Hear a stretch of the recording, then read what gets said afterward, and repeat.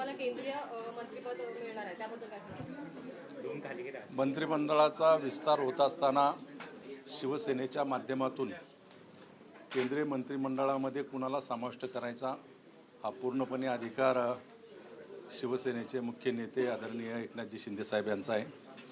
शिंदेसाहेब जो निर्णय घेतील तो सर्वांना मान्य राहील. परंतु गेल्या 2024ला ज्यावेळेस मंत्रिमंडळाची स्थापना होत होती त्यावेळेस माननीय शिंदेसाहेबांनी एक मंत्रिपद ज्यावेळेस शिवसेनेला मिळालं त्यावेळेस काही गोष्टीवरती चर्चा केली होती आणि मला खात्री आहे की शिंदेसाहेब या माध्यमातून कार्यकर्त्याला नेहमीच न्याय देण्याची भूमिका घेतात आणि चांगलं काम करणाऱ्या कार्यकर्त्याच्या पाठीमागं सातत्यानं ते उभे राहतात. त्यामुळं मंत्रिमंडळाच्या बाबतीमध्ये सर्वतोपरी निर्णय माननीय शिंदेसाहेब शिवसेना पक्षाच्या माध्यमातून घेतील. सर, कुठेतरी देवेंद्र फडणवीस यांना केंद्रामध्ये घेण्याची चर्चा आहे आणि राज्याचे सूत्र जे आहेत ते पुन्हा एकदा शिंदेसाहेबांकडे येण्याची चिन्ह आहे. देवेंद्रजी हे भारतीय जनता पक्षाच्या माध्यमातून मुख्यमंत्री आहेत आणि भारतीय जनता पक्षाने काय निर्णय घ्यायचा तो भारतीय जनता पक्षाचे नेते मुख्य नेते घेतील. त्यामुळे त्याबद्दल मी अधिक बोलणं उचित ठरणार नाही, कारण एनडीएचं गव्हर्नमेंट एकत्रपणे केंद्रामध्ये काम करतं. केंद्राच्या संबंधित काही प्रश्न असतील तर मी नक्कीच सांगेल.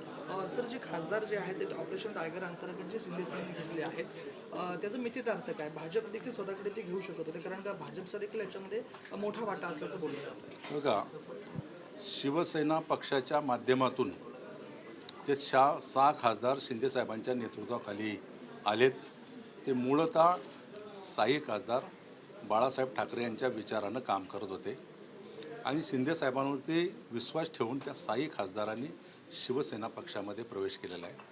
ही सगळी प्रक्रिया घडत असताना डॉक्टर श्रीकांत शिंदे त्याचं नेतृत्व करत होते.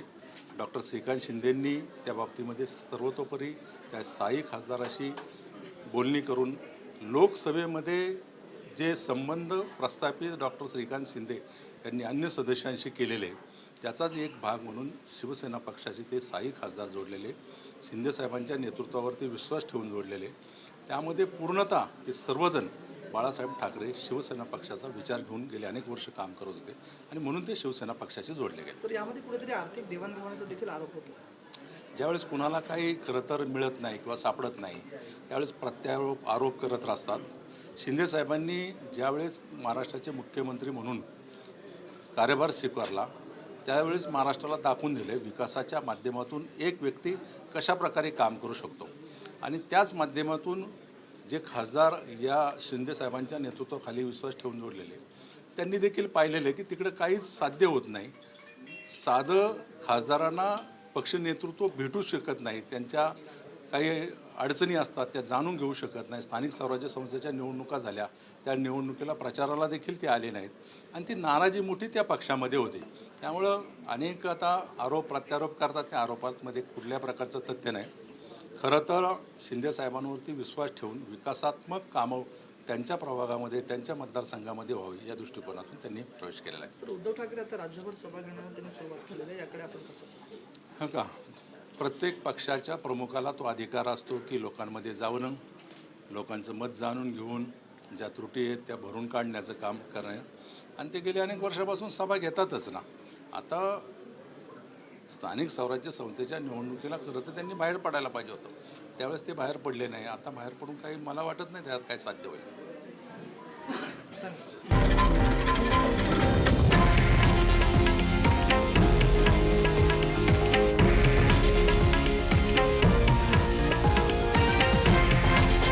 हे आहे देशातील नंबर 1 न्यूज नेटवर्क आणि आपण पाहत आहात TV9 मराठी, एकमेव.